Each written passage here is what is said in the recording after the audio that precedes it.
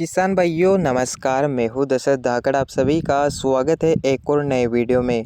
आज हम बात करेंगे गेहूं की बुवाई के बारे में। किसान भाइयों, गेहूं की बुवाई का समय चलने वाला है और बुवाई के समय कुछ ऐसी बड़ी गलतियां हैं जो अधिकतर किसान भाई करते हैं। आज हम जानेंगे कि गेहूं की बुवाई करते समय वो कौन सी गलतियाँ हैं जिन्हें हमें नहीं करना है, जिससे गेहूँ का उत्पादन अच्छा निकले, फसल में कोई भी समस्या ना आए। किसान भाइयों, इस वीडियो में आपको पूरी जानकारी मिलेगी। वीडियो को शुरू से लेकर आखिर तक देखिए। जो नए साथी हमारे चैनल पर नए हो, चैनल को सब्सक्राइब करें, घंटी के निशान को दबाएं। किसान भाइयों, गेहूं की बुवाई अगर आप भी करने जा रहे हैं तो वीडियो को पूरा देखिए। पहली चीज़ आती है बुवाई का सही समय। किसान भाइयों, बहुत से किसानों को गेहूं की बुवाई का सही समय पता नहीं होता है। किसान भाइयों, अगर आपका खेत खाली हो चुका है तो आप गेहूं की बुवाई 20 अक्टूबर से 10 नवंबर के मध्य कर सकते हैं। बहुत से किसान भाई या तो ज़्यादा अगेती बिजाई कर देते हैं, तो या कुछ किसान भाई दिसंबर के अंतिम सप्ताह या नवंबर के आखिरी सप्ताह में गेहूं की बुवाई करते हैं।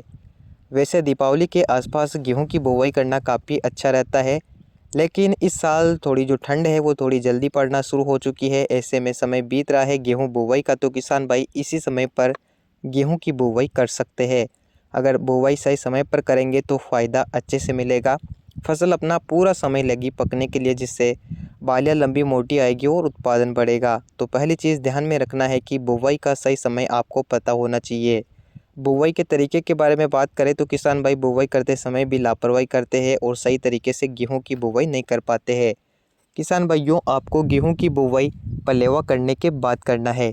इससे फ़ायदा ये मिलेगा कि जो शुरुआती नमी है उससे गेहूं का अंकुरण हो जाएगा। पलेवा करने से खरपतवारों का अंकुरण होगा, जिससे आपको रासायनिक दवाओं का प्रयोग नहीं करना होगा। आप जुताई करेंगे तो खरपतवार कंट्रोल हो जाएंगे। तो ये फ़ायदा भी पलेवा करने के बाद किसानों को मिल जाएगा। इसके अलावा बहुत से किसान भाई अगेती बिजाई करने की सोच रहे होते हैं, तो पलेवा कर दे ताकि 2 से 5 दिन का समय नमी सूखने में लगे, तो अब तक गेहूं की बुवाई का समय आ जाए और आप अच्छे से गेहूं की बुवाई कर सके।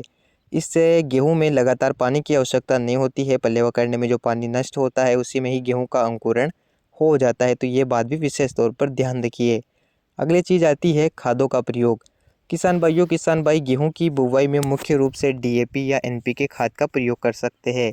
किसान भाइयों, अगर आप एनपीके 12-32-16 दे रहे हैं तो खेत में नाइट्रोजन, फास्फोरस और पोटास की पूर्ति हो जाती है। इसके अलावा ज़्यादा खादों की आवश्यकता नहीं होती है। लेकिन अगर आप डीएपी के साथ बुवाई कर रहे हैं तो खेत में पोटास की आवश्यकता होती है। इसलिए आप एनपीके 12-32-16 के साथ गेहूँ की बुवाई करें। अगर एनपीके नहीं मिल रहा है, डीएपी के साथ बुवाई करना पड़ रही है, तो खेत में पोटास का छिड़काव अलग से कर सकते हैं। किसान भाइयों, गेहूं की बुवाई में इन चीज़ों का प्रयोग आप करें, जिससे फ़ायदा मिलेगा। इसके अलावा बात आती है सिंचाई की।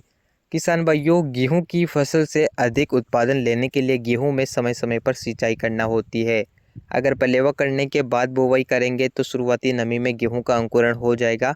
उसके बाद आप आवश्यकता अनुसार गेहूं में पानी लगा सकते हैं। बीज दर के बारे में और वैरायटी के बारे में बात करें तो किसान भाई गलती करते हैं कि वैरायटी का चुनाव सही तरीके से नहीं करते, या फिर वैरायटी का चयन कर लेते हैं तो बीज दर का पता नहीं होता है। अलग अलग क्षेत्र में गेहूं की अलग अलग किस्मों का चयन आप कर सकते हैं। हर एक क्षेत्र में अलग अलग वैरायटी लगाई जाती है। कुछ पॉपुलर वैरायटियां हैं जो सभी क्षेत्रों में लगाई जाती है, जैसे कि श्री राम सुपर 303, DBW 187। इसके अलावा भी HIS 8759, जिसे पूसा तेजस के नाम से जाना जाता है, श्री राम 111। गेहूँ की कई सारी किस्में आपको मिल जाती है। बीज दर के बारे में थोड़ा बात करें तो ज़मीन के अनुसार बीज दर का प्रयोग आपको करना है। अगर कमज़ोर ज़मीन में गेहूं लगा रहे हैं तो थोड़ा एक्स्ट्रा बीज ज़रूर डालें, क्योंकि फुटाव कमज़ोर ज़मीन में उतना अधिक नहीं होता है। अच्छी ज़मीन और संतुलित खादों की ज़मीन में गेहूं लगा रहे हैं तो अगर आप बीज कम भी डालेंगे तो पौधे ज़्यादा हो जाएंगे, पौधे में फुटाव अच्छा होगा, जिससे खेत में संतुलित पौधे हो जाएंगे। गेहूं की बुवाई में इन बातों का ध्यान रखें। 2023 में पैदावार अच्छी होगी, किसानों को फ़ायदा मिलेगा। वीडियो पसंद आया हो तो वीडियो को अपने किसान साथियों तक शेयर करें। मिलते हैं नए वीडियो में। धन्यवाद।